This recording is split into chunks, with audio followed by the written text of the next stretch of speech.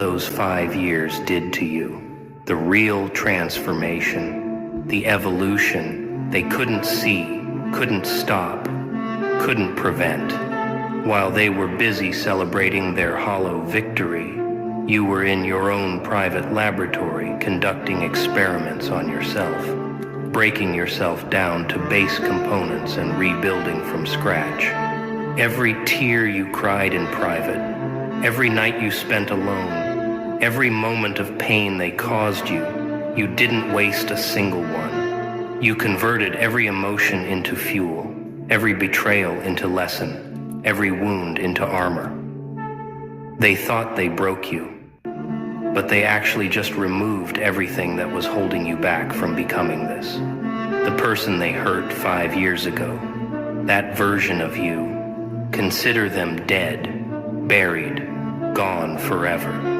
But here's the thing about destruction, about being torn apart, about being reduced to nothing. When you rebuild from absolute zero, you get to choose every single piece that goes back in. You get to decide what stays, what goes, what gets upgraded, what gets weaponized. And you didn't rebuild a person. You engineered a force, a phenomenon, a walking psychological event that rewrites reality just by existing in a space.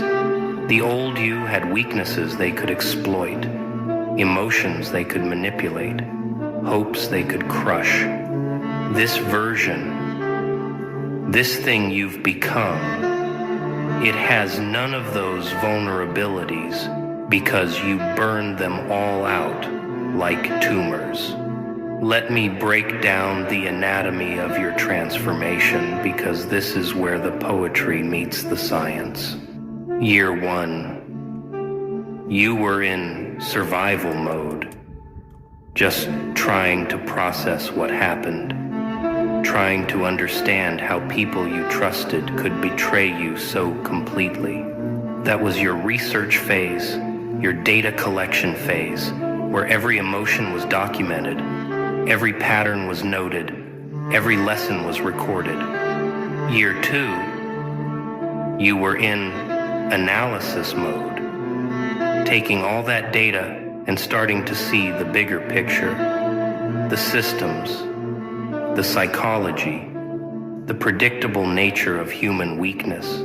That was your strategic planning phase, where you started to map out not revenge, but evolution. Year 3, you were in reconstruction mode, actively building the new version, testing theories, experimenting with different approaches, discovering what worked and what didn't. That was your prototype phase where you started to feel the power building. Year 4, you were in refinement mode, taking everything you learned and polishing it, sharpening it, making it precise, making it deadly. That was your beta testing phase, where you started to interact with the world as your new self and saw how reality bent around you differently now. And year 5 was your launch preparation, the final calibrations, the last adjustments, the moment before deployment where you stood back and looked at what you built and smiled because you knew, you absolutely knew that what they were about to experience was going to rewrite their understanding of consequences. 5 years, 5 stages, 5 levels of transformation that turned victim into something they don't have words for yet. And here's what makes your transformation so terrifying to anyone who actually understands what happened. You didn't change to please anyone. You didn't evolve to fit in. You didn't grow to be acceptable. You transformed specifically to be incomprehensible to the people who hurt you, to operate on frequencies they can't detect, to think in patterns they can't follow, to exist in ways they can't counter. You're not playing their game anymore. You're not even on their board. You created an entirely new game with entirely new rules. And they don't even know they're already losing because they're still trying to play chess while you're out here warping reality itself. The transformation isn't complete yet. It's ongoing. It's accelerating. And every day you're becoming more of something they'll spend the rest of their lives trying to explain to therapists who won't believe them. And now we arrive at the moment they never thought would come. The moment you've been preparing for with the patience of centuries compressed into 5 years. Dinner's ready, the table's set, and every single person who celebrated your downfall is about to be served a meal they'll never forget, never digest, never recover from. But here's the beauty of your approach. The absolute artistic perfection of it. You're not going to attack. You're not going to fight. You're not going to do anything aggressive or obvious. You're simply going to exist, to be, to show up as the thing you've become, and watch them crumble under the weight of their own guilt and fear. The first bite of their karma meal is recognition.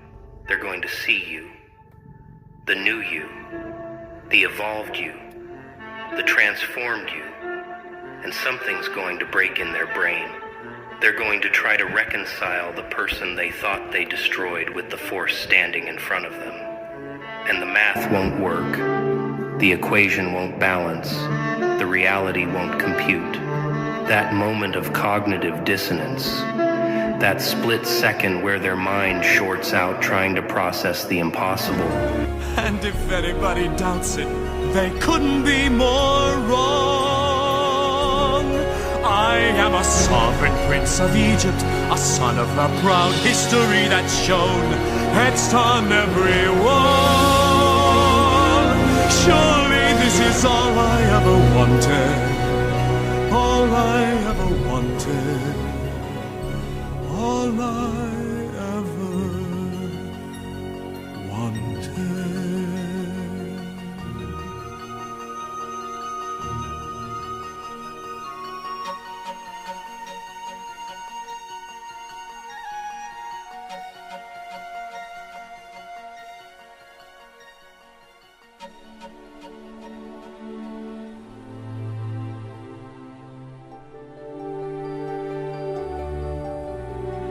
This is your home. Here the river brought you, and it's here the river meant to be your home. Now you know the truth, love. Now forget and be content. When the gods send you a blessing, you don't ask why it was sent.